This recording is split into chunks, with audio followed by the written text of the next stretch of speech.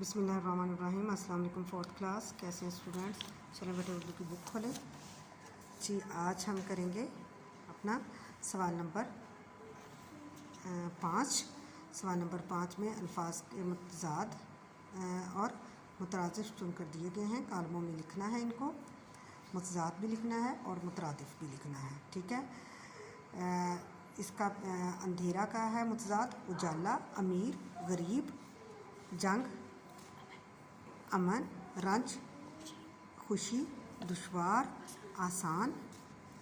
और इसके साथ इसका मुतरादिफ है अंधेरा, तारीकी, अमीर, दौलतमंद, जंग इसका उल्ट है अमन।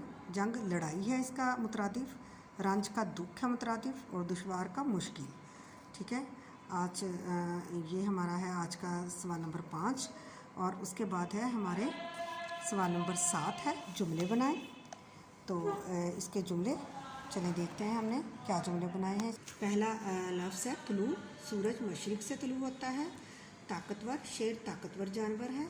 अमानत, अमानत में ख़यानत नहीं करनी चाहिए। नुकसान, कोरोना की वजह से तालीम का बहुत नुकसान हुआ है। तकलीफ़, हमें दूसरों को तकलीफ़ नहीं देनी चाहिए।